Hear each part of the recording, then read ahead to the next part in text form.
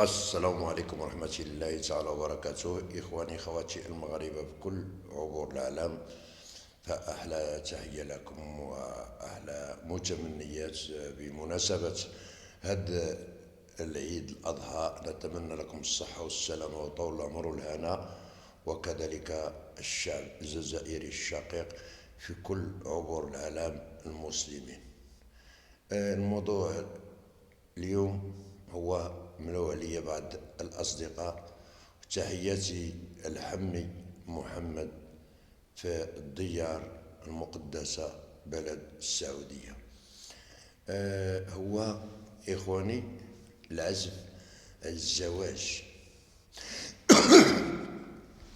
علاش الناس ولات عازفة على الزواج قليل من كيتزوج؟ وطرحت ملالي الموضوع، وطرحت الموضوع على الصنفين ما بين الذكور والإناث. علاش الإنسان ما كيتزوجش؟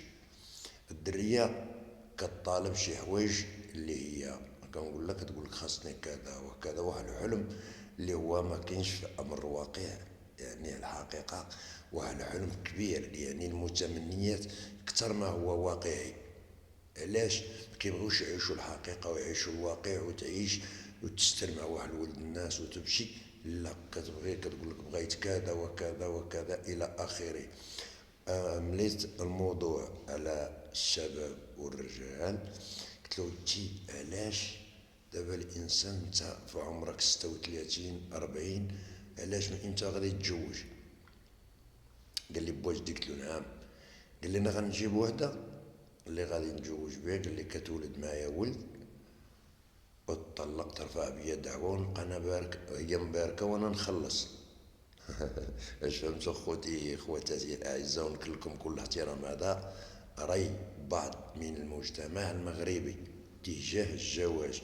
علاش العزف على الزواج ما بقاش؟ هذا فكرة الناس طرحتها وما ناقشتها حتى، ما طرحتها حتى ناقشتها مع الناس، مع الطرفين، مع بنات نعرفهم ومجوجات ومطلقات، وبنات غير مجوجات ما باقي ما مجوجينش طرحت عليهم. كتقول لك اودي انا باغا واحد براني، باغا سعودي، باغا اماراتي، باغا واحد اوروبي، يعني كتحلم واحد الحلم اللي هو ليس بامر الواقع. لان كل الانسان خص لا مرأة ولا راجل يقتنع بما هو واقعي ويعيش بما هو واقعي.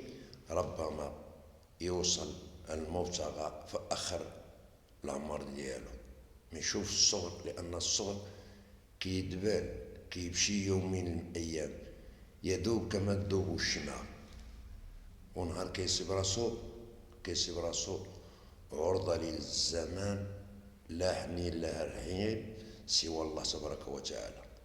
ملي طرح الثانية كالرجال كنقولو علاش؟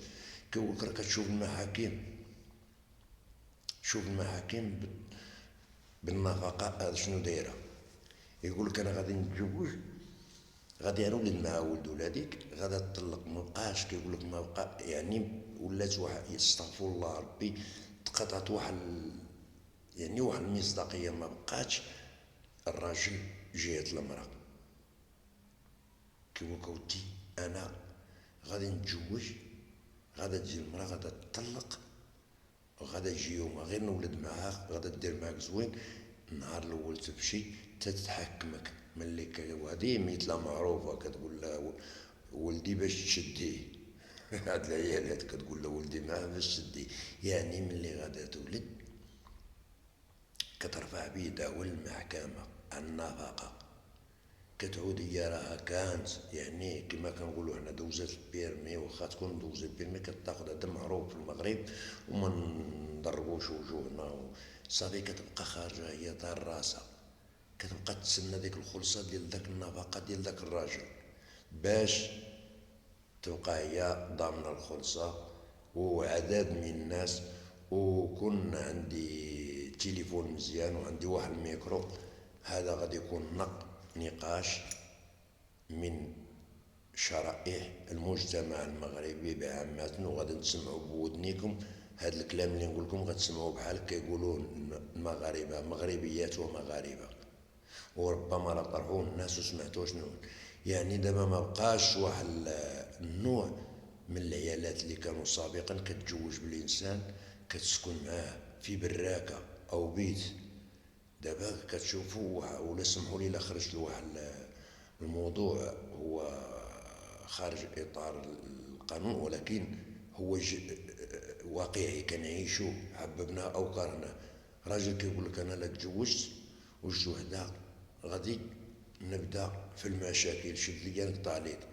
لا خويا كيقول اللهم الساعه اللي ندير نجيب وحده دوزو معايا وندوز معاها، والله يعاون مريضنا ما عندو باس.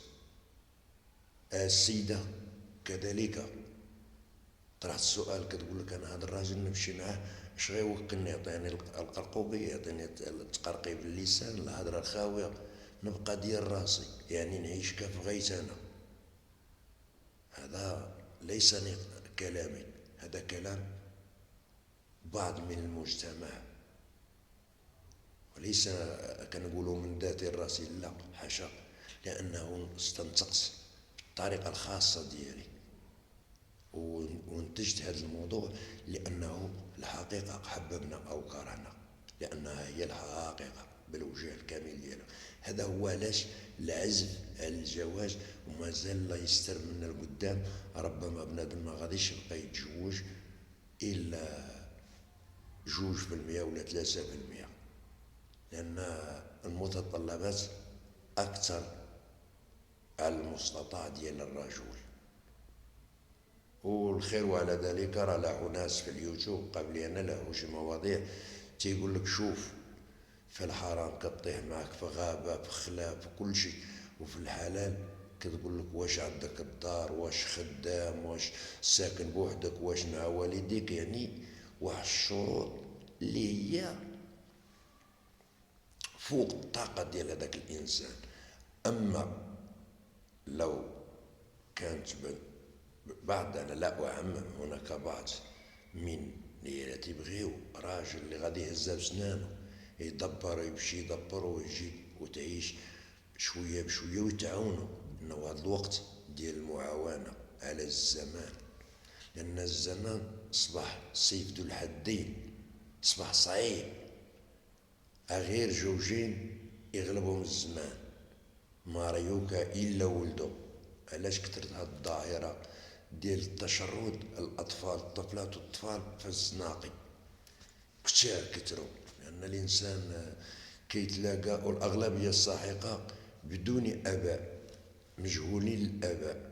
انا كنعرفهم حق المعرفه في كل المدن المغرب، انا عدو شفتهم وريحت وجالست وناقشت. يعني كاين المرة اللي كتصيب دابا عندها ولد، مين راجل كان تزوجت به وطلقت، وجوج اخرين بدون الاباء ديالهم، مجهولين الاباء.